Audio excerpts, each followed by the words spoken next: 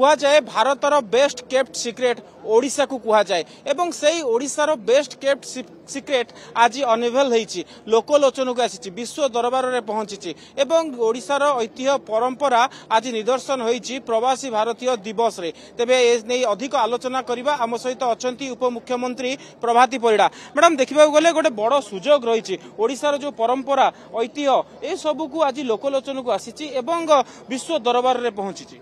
देखो प्रवासी भारतीय दिवस गोटे बड़ सुजोग आम पर्यटन भित्तिभूमिर विकास एवं विश्वरू आसुथिबा विभिन्न देशरू भारतीय लोक मानक आगरे निजर राज्यर भित्तिभूमि प्रिमिटिव ट्राइब्स आम पाखे थिबा बेलाभूमि blue flag beach spiritual tourism एवं जो माने कल्चरल टूरिज्म आम खाद्य पानीय आकु कहिबार देखैबार गोटे बड़ अपूर्व सुजोग आमको मिलिला। पर्यटन मंत्री भावे मु कृतज्ञता जनैबी केंद्र सरकार पाखे वैदेशिक मंत्रालय पाखे माननीय प्रधानमंत्री पाखे जेभली एक सुजोग एही समय ओडिशा को देले जो समय रे पर्यटक माने विभिन्न जगार भिड़ जमाउचंती चाहे भोजी पाई हो बुलिबा पाई हो।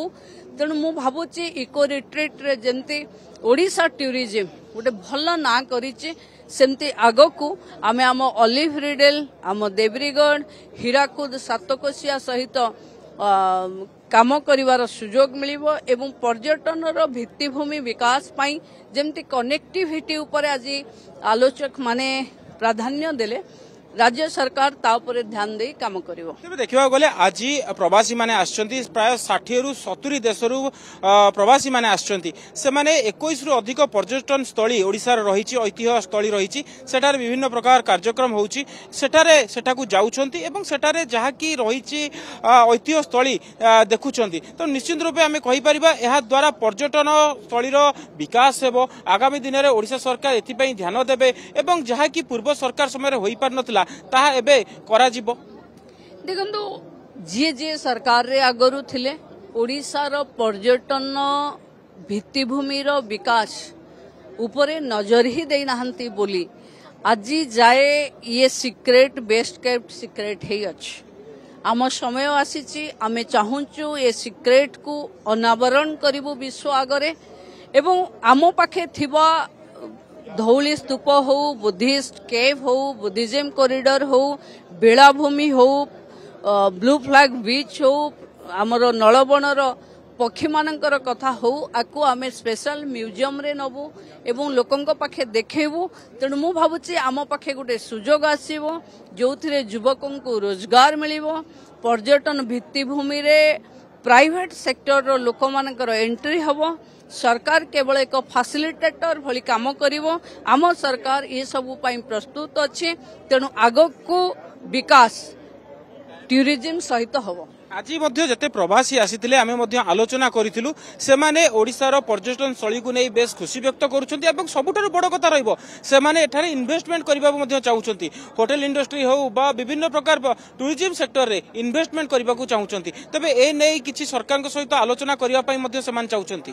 देखंतु आरो प्रथम चर्चा आमे जेतबेले वर्ल्ड टूरिज्म मार्ट रे जाइथिलु लंडन जाइथिलु सेतबेले आर प्रथम कथा आमे कहिकिरी आसीथिलु जे बहुत हेगला निज देश बाहर रहिबा निज एबे समय आसीची निज देश रे थिबा देश को फेरिबा देशर विकास करिबा एवं देखो अपना देश केंद्र रे कैंपेन रे एनआरआई माने भी सेदेबे शामिल हेथिले। आज अनेक लोक डेस्टिनेशन मैरिज होटल ऊपर इन्वेस्ट करबा को चाहुचंती और tourism department is ready to provide land आमर सब्सिडी और प्राइवेट प्लेयर्स फ्रेंडली आमे निश्चिंत भावे होबो कारण आमको आम पर्यटन रो भित्तिभूमि रो विकास एवं पर्यटक आसिले ही आम पाई रोजगार हबो। ओडिशा रो युवक युवतींक पाई रोजगार खोलिवा पाई पर्यटन विभाग काम करिवो। जो वोमेन लेड डेवलपमेंट रो कथा आसीची से वोमेन लेड टूरिज्म रो कथा भी आसीची। मु भाबुची ये समय अछि जोथरे स्वयं सहायिका गोष्ठी माने गां गहली रे मजबूत रे अछंती। सरकार केवल प्रोत्साहन एवं किछि ट्रेनिंग तंको देले आमे टूरिज्म सेक्टर गुड़ाक छोटिया छोटिया डेभलप करी गोटे बड़ इंपैक्ट पकई परिवा ये समय रे आमे वुमेन लेड टूरिज्म उपरे ध्यान देबो। आमे कहि परिबा जे आगामी किछि दिन मध्यरे किछि वर्ष मध्यरे ओडिशा टूरिज्म क्षेत्र में अग्रणी भूमिका नब जतबले पूर्वर देखा मिलूला टूरिज्म क्षेत्र थाई मध्य ओडिशा रे टूरिस्ट माने आसुनथिले किंतु वर्तमान आमे कहि परिबा जतबले प्रवासी भारतीय दिवस होउची उत्कर्ष ओडिशा होउची तबे यार परवर्ती समय रे जो चित्र रहिबो एई चित्र देखा जिवो जे ओडिशा पर्यटन स्थली रे एक अग्रणी स्थान रे रहिबो।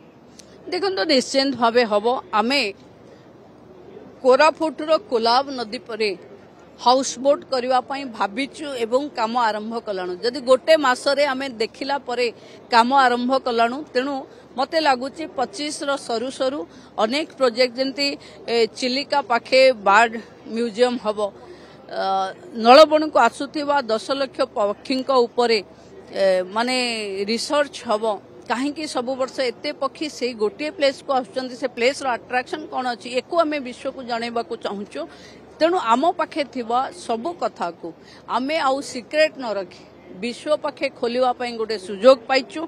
ये प्रवासी भारतीय मानकर जो चालिबो 3 दिन रो उत्सव ये ओडिशा टूरिज्म पई एक बड़ अध्याय तैयारी हो निश्चित रूपे बड़ अध्याय तैयारी करिवो ओडिशा टूरिज्म क्षेत्र रे जहा कहिसंती उपमुख्यमंत्री प्रभाती परिडा आगामी दिन में टूरिज्म रे उन्नति करा जिवो जहा कि पूर्व सरकार समय रे होई नथिला ताहा 25 शेष सुद्धा हेबो बोली कहिसंती प्रभाती परिडा।